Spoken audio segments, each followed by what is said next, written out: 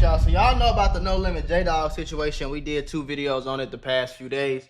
Basically, now a lot of people are saying that it actually was some type of backdoor type of vibe, type of situation. I don't know, but he did get killed in his hood. So it wasn't like he was somewhere else. It wasn't like he was on the ops block. You know what I'm saying? So let's just see what the news is. I know y'all seen the title, and everybody is wondering who did what. Yeah. You see a whole bunch of... A lot of people saying Herb had something to do with it, which I don't really subscribe to no stupid shit like that. People on social medias pointing fingers at Herbo. I hope not. Let me tell y'all right now, right?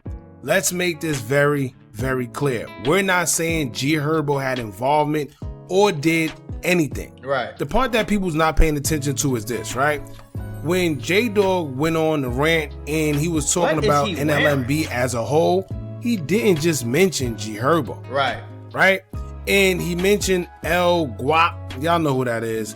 He mentioned Little Bibby. Okay. He mentioned Mainski. Okay. And then him and Big Op got into it as well. Right. So there's other people who he got into it with, but some reason everybody's pointing fingers at Herbo. And you gotta understand, right? When you think of NLMB, from a fan's point of view, everybody is just thinking about Herbo. Right. He's the face of No Limit. So at the end of the day, anything that goes down pertaining to No Limit and it makes it on a broader scale, it's going to be brought to the attention of Herbo, and he's going to look like the bad guy. Yeah. But if anything, right, if y'all paying attention, in the message that Doo-Wop sent to J-Dog after all that he said at the end, that's the last thing I'ma say.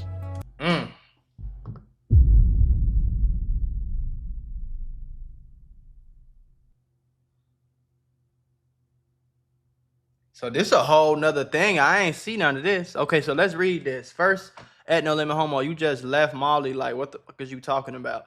And why you on the internet bapping Harvey, telling the truth yourself because you made fuck up, no lie, because I'd never look at y'all.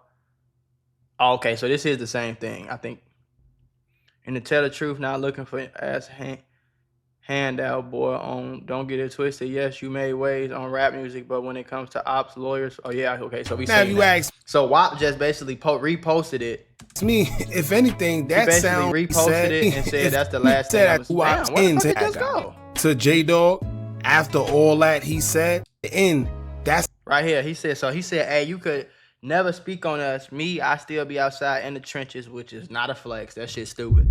Didn't you just see us on the block and didn't say nothing like this? That's the last thing I'm gonna say. What do niggas think that going to the hood is doing? Like, did y'all think that give you like some type of like? That's the last thing I'ma say. Now, if you ask me, if anything, that sounds more intimidating. That sounds more like a threat to me. But once again, we not here to point fingers. What we're saying is, at the end of the day, it's more than just Herbo that was dissed and felt insulted when it came to J-Dog and what he had to say. Now, if you've been living under a rock and you don't know what's been going on, what happened is last week, a No Limit member by the name of J-Dog, well, he felt the way towards Herbo, and he took the No Limit Cairo route and exposed Herbo for allegedly not taking care of the guys. Man, that shit is not no exposing. They just hate him.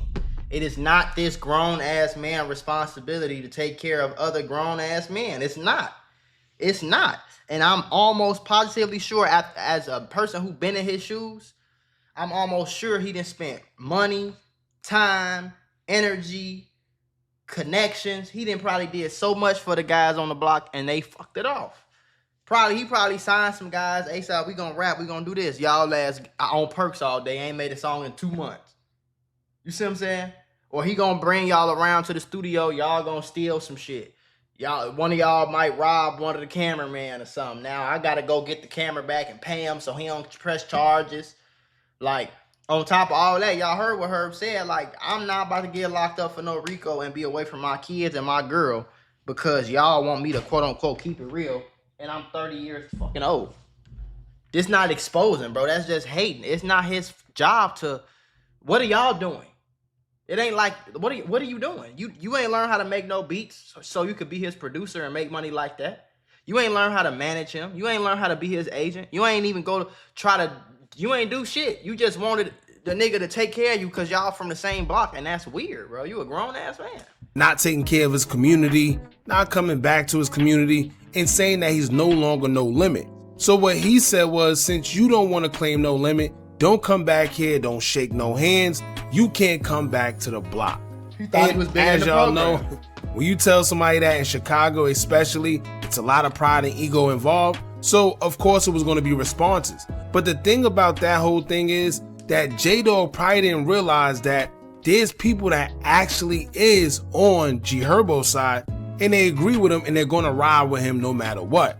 One of those guys happened to be Big Op himself. So when J-Dog said what he had to say, Big Op responded before Herbo did, and he let it be known that Herbo's going to come around no matter what, and nobody's going to do anything to him. Them niggas you look up to don't do shit but sneak this to guys all day talking about some fucking boss gang ass gang full of fucking goofies. I'm just laughing because it sounds funny. No Limit, G Money, Bibby, White Sean, this the type shit you niggas do, huh? Get no fuck about no boss gang, boy. Fuck that. Why he tagged a little Bibby now? White Sean, G Money, and Bibby, they all brothers. This the type of shit you niggas do, huh? I don't know why he tagged them. About it. And but y'all niggas need to go get y'all, like y'all, bro, grown men need to stop getting on Instagram addressing problems. If y'all got a problem within y'all friend group, bro, get in a group chat. That turned into a bunch of name calling, threats being made, what I'ma do if I see you, the whole 9 yards, a typical drill fashion, right? But lo and behold, just days later, a little shy of a week, we will find out that NLMB J-Dog was actually shot unalive as he was walking with his friend. They say he was shot 6 times in his back, and they did recover firearms on the scene. Now, automatically, fingers started pointing to Herbo because, of course, just days ago, he was in the back and forth feud with Herbo and Big Op. So it's not that people are being incriminating or anything. It's just kind of common sense, or maybe it's just a coincidence. But at the end of the day, what we all could agree with is clearly it was a backdoor situation. We don't know who, but something just ain't right. Yeah. And we wouldn't be the only ones feeling like that, because J-Dog's brother will also take to his IG story and repost a song Backdoor by Lil Durk, indicating that he felt like his brother was set up right after everything transpired. Right. Now, if that wasn't enough, fast forward to today, J-Dog's sister will also kind of point fingers in the No Limit direction, as she will basically tell people stop posting the picture of J-Dog and Herbo back in the days, because she said y'all need to get the F on. And why else would she say that unless she too feels that Herbo and the No Limit may have had something to do with this man's unalive. Now I don't personally think Herb had something to do with it, but that wouldn't be the first time I was surprised. You feel me? Because if y'all would have told me that Lil Durk sent some niggas to LA to kill him, to kill Quando Rondo, I would have been like, nah, he should be smarter than that. This nigga winning Grammys and shit. So it wouldn't be the first time I got surprised. That wasn't enough. Another woman who identified herself as his cousin also alluded to J-Dog's unaliving being too close to home. She would take to her IG story, posting her on FaceTime with J-Dog, and she captioned it saying, quote, "Damn, my blood little cousin though, I was so happy you was free, man. 9 a.m. I called everybody phone this day for you little cuz. I'm crushed. They know I'm going against whoever about my little cousins. Know I used to get on their butt playing with you. I'm talking about Ish just made me wash my hands with all this Ish. On my kids, what the F? Sitting on a jail call explaining this Ish to Lo, and hearing the hurt in his voice killed my soul. Growing up, it literally was you, Lo, Project, and 30s. Remember my second crib I ever had? Y'all all move with me. Free everything." You ever had one of them days where everything seems to go wrong? I mean, you're just trying to grab a cup of coffee and BAM! You're tangled in a pile of boxes because the shelf is broken. And just like that, I realized sometimes accidents at work are more than just funny stories. They can actually change everything. Trying to handle a workplace injury on your own? It's like trying to fix the broken shelf yourself. More chaos, more headaches, and it's no guarantee that you'll get what you deserve. You got paperwork, insurance calls, and someone always telling you to wait. It's enough to make you wish you had a secret weapon. But here's the thing. There's a team of people that fights for people just like you. For over 35 years, Morgan & Morgan, America's largest injury law firm, has been winning cases when everybody else said it couldn't be done. In Florida, someone got $12 million after a work accident, even though the insurance was ready to offer just $350,000. In Pennsylvania, a worker was awarded $26 million, which was 40 times the initial offer. These are not just numbers. They're real victories for real people, all thanks to the team that fights hard for justice. More than 1,000 attorneys across all 50 states, like a legal squad ready to jump into action. Yeah. They've recovered over $25 billion for clients. And they have a long history of helping workers get what they're owed. Because when you're injured at work, you shouldn't have to go at it alone. You can just click the link below or the QR code that's on your screen. No endless waits or confusing forms. Just a quick way to start protecting your rights today. So if you had an accident on the job, do not risk doing it alone. You can check out Morgan & Morgan, because even in the toughest workplace accidents, a strong team makes all the difference. And trust me, there's a reason why they're America's largest injury law firm. It's because they fight for the people just like you. Trying to speak the good memories to stop from crying, but I can't lie, this took it. N-words weird. N-words O's. You know I ain't closing my mouth about ish. They gonna hear this, they gonna feel it. Hashtag family over everything. But, okay, even if he was, let's say he was set up, he can't play the victim, bro. Ain't nobody tell him to get on Instagram. If you felt that way about her, why you ain't, if you supposed to be his dog and all that, why you ain't call him? And if he ain't want to talk to you, he don't want to talk to you. Like, y'all niggas be like, I don't know. Everything, hashtag free our crowd. You just heard them boys behind that wall. This what this ish came to? I guess cause it's you, huh? Never been a B-word though, LOL. N-words had to know you was gonna stand 10 with whoever slow-ass little boy they couldn't take it. Guess them words hurt more than we thought. Nobody ever owed you. Damn 30s, damn low. What about little sis in them? Grams. I'ma Mr. F out you on rock, literally. Feel like a part of me empty, little cuz I just waited 9 years for you and ain't getting 9 months out you. Damn. I'm hurt. That nigga was in jail for 9 years and he wasn't even out and about for 9 months. But that go to show you though, like, what am I supposed to do? You came home on the same shit that you went in jail on 9 years ago, talking about the block and the hood, and this my block, my hood, and this no limit. We no limit. You ain't no limit. You can't come over here. I'm the boss over here. I'm the king over here. You came back on the same. I don't understand that shit. Because if I was just in jail every single day, 365 days a year, Monday, Tuesday, Wednesday, Thursday, Friday, 7 days a week, 24 hours a day straight for 9 years, the last thing I'm coming home talking about is a fucking block. I'm finna go get me a job.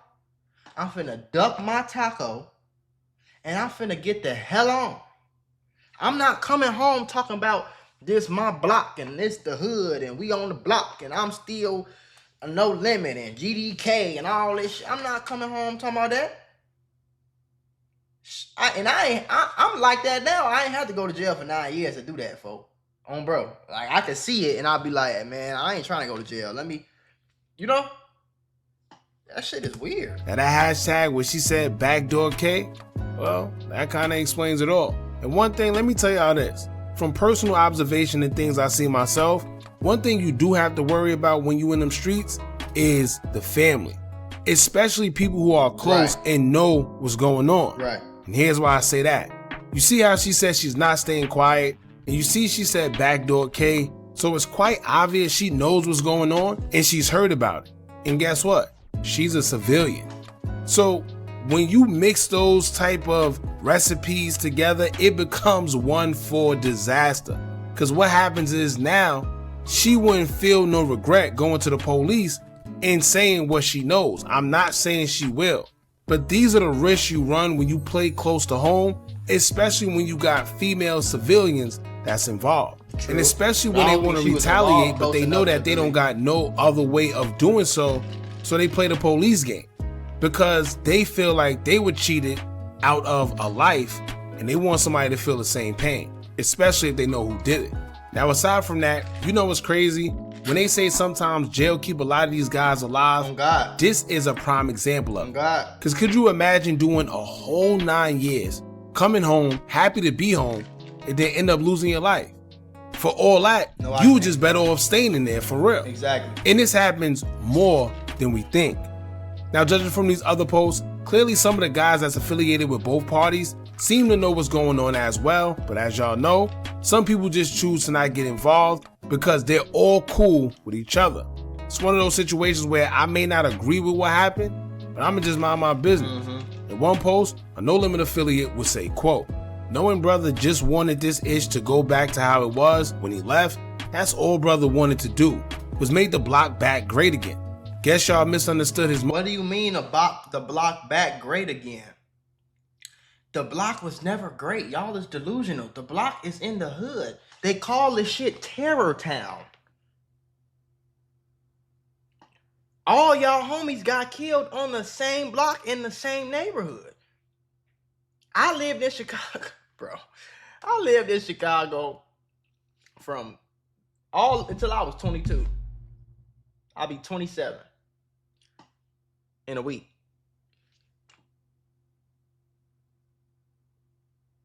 It ain't never been nice over there. That McDonald's right there on 79th always been cracking. You get to Stony Island and you go in that fucking White Castle, nigga, it's a war zone. You gotta, nigga. It ain't never been great. What are y'all talking about? Niggas be wanting shit to go back to how it was, bro. That was 12 years ago, bro. What's wrong? What the hell? Come on, man. I gotta go do this dumbass shit again. Act great again. Guess y'all misunderstood his motive. Ish hurt bad, cool. Only a few left that loved this ish and really love the people, and he was one of them. Last thing, what does Herbo coming out and saying, I'm not in the streets no more. I'm denouncing any street affiliation I ever said I had. And then you got on Instagram and saying, you ain't never did none of that, What does that have to do with making the block great again? If you wanted to make the block so great, why didn't you let Herb denounce his street? Let him grow and get bigger as an artist and get bigger and bigger and open up more opportunities for y'all. Why don't you go stand on the same corner that he was standing on and rap? Why don't you make a YouTube video about how y'all met and make a few thousand off of it and use that money to move out the hood? It's so much shit. So much shit. Cairo made a lot of money. Cairo got a lot of clout from just talking about Herbo. Just being around. Just for niggas knowing who he was, bro. Just for getting his ass whooped at McDonald's, really. Like, he created the opportunity for y'all. Just like Chief Keef created the opportunity for every nigga in Chicago to rap. Without Chief Keef, it's probably not no Lil Durk. It's probably not no Herb, Lil Bibby. It's probably not no Juice WRLD all the way down to that shit. Like, he said Chief Keef was his favorite rapper. Like, so Chief Keef ain't have to come to these niggas' crib and be like, hey, bro, look, we finna. It ain't like that, bro. Niggas give you an opportunity and you take the opportunity and you run with it, bro. He put a big ass spotlight on y'all block. Mansky, WAP, Marley, all of y'all got so many followers just because y'all known for being around her. You supposed to do that. It's not his responsibility to get you to do that. You a grown ass man. Change certain ish or people though, brother, no matter what. Heartbreak and sad emoji. Another No Limit affiliate would take to his IG story addressing the situation as he would say, quote, all he wanted was everything to go back regular. We arguing for an hour, straight spitting in each other's face, talking, shake hands a few minutes later, told him life changed a lot in 2 years, little bro.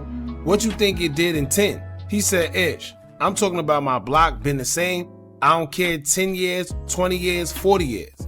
Little N-words say ish, and it make it so funny, but didn't understand what I meant. Wish you was a little more understanding. Love you, kid. It should never be the same now. Yeah, niggas just don't be understanding, bro. Niggas don't be understanding that, hey, the block is not the same no more. Niggas elevated. and grew and got better and went on to bigger and better things, you're supposed to be proud of that, knowing where y'all came from. You not, this is, niggas like him is what I be talking about.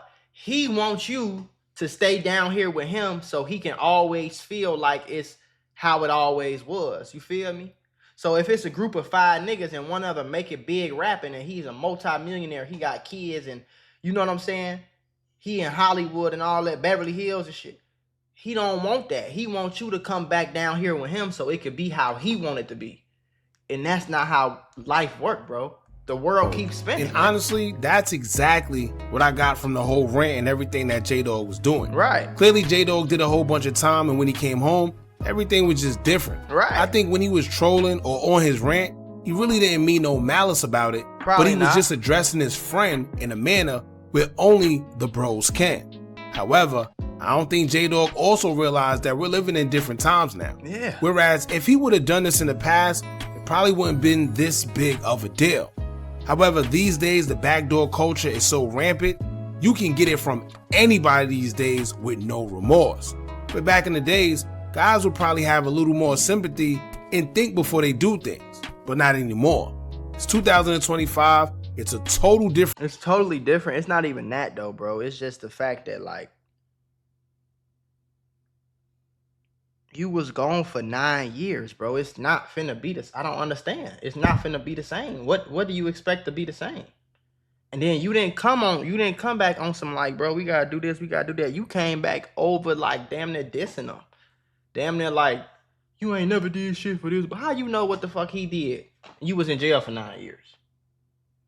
Cause he ain't put no money on your books? Are we still friends? If you went to jail and we ain't talked in 9 years, when you get out, we ain't friends no more, bro. We don't know it. Like, I don't know, bro. Niggas be having shit. Fuck. I mean, rest in peace to him. Don't get me wrong. It's sorry that it's bad that he got killed, but damn.